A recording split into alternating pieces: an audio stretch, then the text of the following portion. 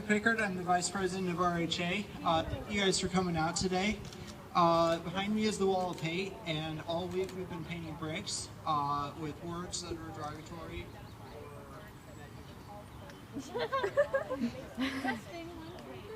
Is it on here? So, and bricks.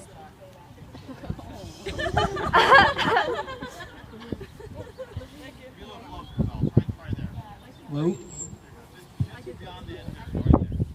With bricks that have words that are demeaning to people and that have been hurtful to them in the past. And we build it into a wall to show what they are. And this event today, we will pull it down to show that we're open. And we have a couple speakers today, Dr. Polydor and Dr. Peoples. And I'm proud to introduce Dr. Polydor. Thank you very much, Chris. I was told to give a speech for this, and I'm like, well, I don't know about that. I am not very good at speeches, so I decided to prepare something anyway, and I hope that you could get something from what I have prepared. Okay, so I forget that it might rain, and I didn't want my speech to be all wet. So I have it all waterproof or something like that. So we'll see, so bear with me. Okay, so imagine for a moment a world with light but no darkness, or darkness but no light.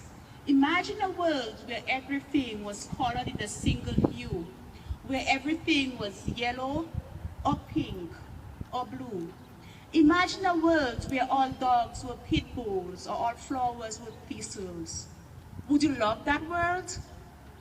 We implicitly appreciate variety and difference in so many aspects of our functioning, relishing the benefits of having night and day, and the privilege of choices in pets or home gardening plants. Yet, with an uncanny fervor, we reject the kaleidoscope that's embedded in our human species, manifested in the varieties of skin tones, vernacular, language, cultural rituals, sexual orientation preferences, and modes of interacting with the world. I personally have been the recipient of hateful correspondence simply because of the skin that I carry. I have been the recipient of discrimination simply because my R's don't sound quite right or the rhythm of my speech is different. As a mother of a son and a daughter, a brown and caramel skin tone respectively, I am constantly weeping inside and frankly, sometimes outside for my children, especially my 13-year-old daughter, as she gives me detailed and painful accounts of her day in response to my question, how was your day, honey? Is this just? Is this moral? And all I can tell her is to forgive them, for they do not really know what they are doing. I know, Mommy, but it's hard. Yes, honey, I know. I know. Yet today I remain hopeful. I remain hopeful that one day the plague of ignorance which embalms us shall be shattered by the persistence and determination of the social justice warriors among us. For indeed, we are all here today linked by a common bond that is our education. And I am reminded of the words of Malcolm Forbes. The purpose of education is to replace an empty mind with an open one.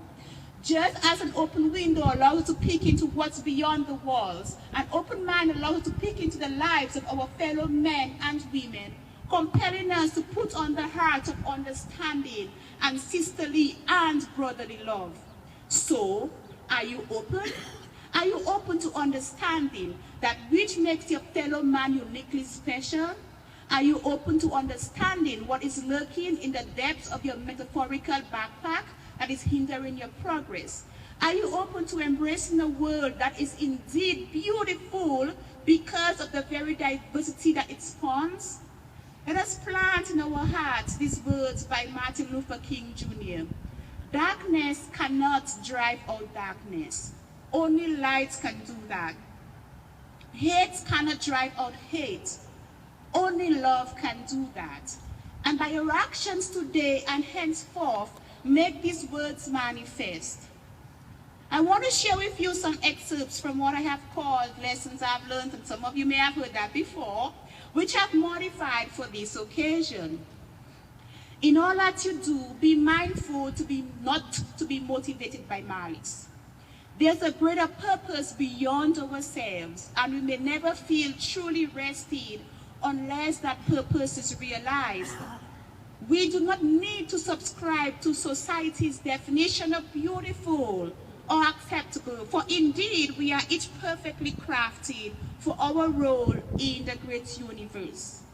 Every moment that we spend harboring hatred is a moment taken away from our pursuit of internal peace.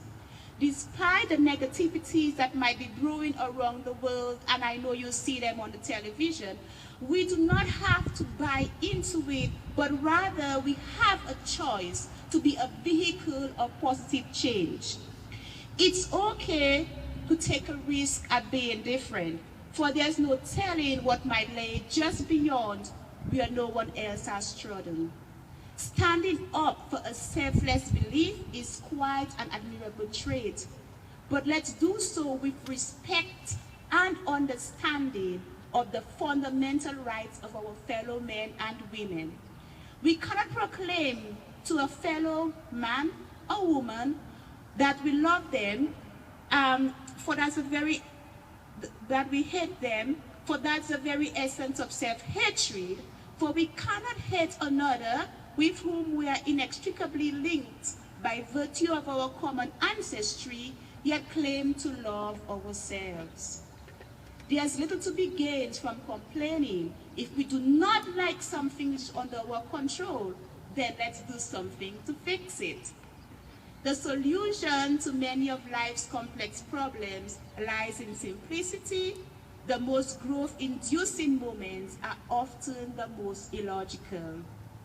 Fear is a huge immobilizer, a frequent companion of mediocrity. In our pursuit of social justice, we must approach fear as the enemy. And finally, I leave you with this. Few ships have arrived at their intended destination by just simply riding the waves. Instead, let's adjust the sails in the desired direction and sail forward with a purpose. Working together, let's fully embrace the kaleidoscope of our collective race, the human race. Let's join together, connected by our common experiences. Let's move forward with renewed vigor and break down, quite literally and symbolically, the wall of hatred and make defunct today all that separates us. Thank you. Thank you. I would like to now introduce Dr. Peoples. Thank you. Good afternoon. First, I want to thank RHA for inviting me to be a part of such a symbolic event and activity. This is something that I think everyone at some point in their life has experienced themselves or knows someone that has experienced some of these hateful and hatred words that are placed here on the wall today. My first experience with actually being called the N-word happened when I was a student here at Eastern Illinois University. I was a freshman, and I was walking down the street with some of my friends, and a car drove by with Caucasian males in it, and they yelled out and called us the N-word. First experience, went through my entire childhood without having to hear that word, and then getting to the place where I am here for an education, for comfort, for friendship, and that was my first experience. But what was my reaction? It was one of anger. We were very upset. But it did not define me. It did not define my experience here at the university as I continued on, received my degree.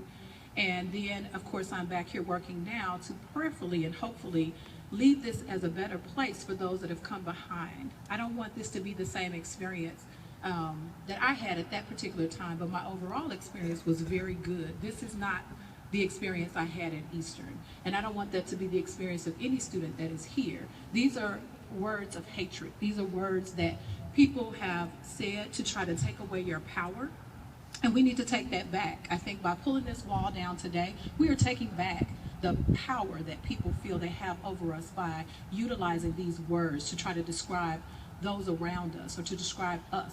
And this is not who we are. So we need to take back the power that they want to have over us with these words. These words do not define us. And so the words that we are seeing today, we are going to pull this wall down. We're going to make sure that they do not hurt us or anyone around us at any point in time. We are not going to let them define us. We are going to make sure that anything that we do, we're able to leave in a better place for those that are going to come behind you. We need to utilize our power. You have power. We all have power. And we need to use that power to make a difference, to make a change. We know that there are many that have come before us that have utilized their gifts and their speech and their power to make sure that this is a different place. Our world is a different place. As stated earlier, we don't want to be of the same hue. We don't want to be of the same color, but yet because we're different, we are then ostracized because of our differences. But yet we can focus on the things that we have in common, the things that are the same. We are brothers and sisters, regardless of our race, creed, color, sexual orientation, or any of those of the like. But yet there are people who still try to divide us. There are people who try to step in and take away our self-confidence.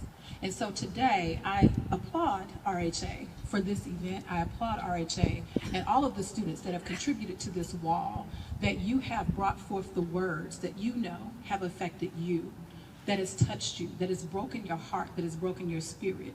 And instead of it allowing to continue, we are now going to take it back. This is not who we are. That is my message today. This is not who we are. This is not who we want to be. And we want to make a difference. We want to make a change. And we want to make this day the opportunity that everyone sees that at Eastern Illinois University, that the RHA has said, we will not continue to utilize these words of hate, but instead we are going to tear down the wall. We're going to do things a little bit differently. We're going to do things better than they were. And so I do have a quote that I would like to leave you with, as my speech is very short, because I want to make sure that we get to why we're here today, which is tearing down the wall, which I think is very important. So I want to make sure that we use our innate power to resurrect something that is new and greater than these things before us. Giving of ourselves, making the sacrifice so that we might leave this place a lot better for those that shall follow us. The courage to hope and love beyond the challenges and push forward toward the needed changes.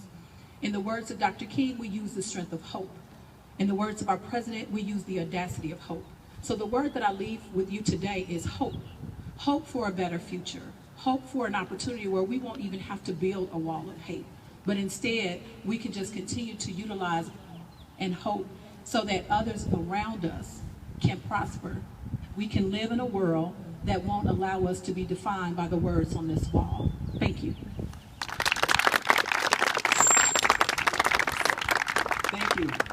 Okay, so can we have about 12 to 15 people on each row and line up about here at the purpose so we're not getting injured or anything like that.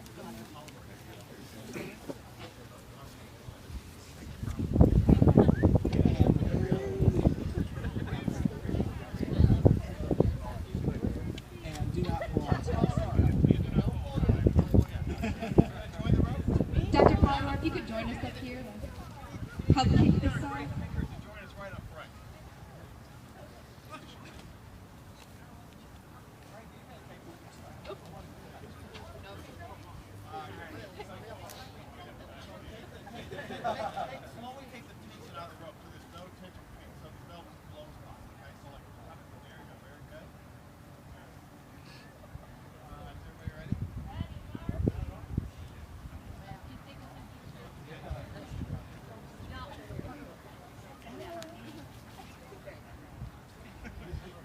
You guys ready? 3, 2, 1. Tear down that wall!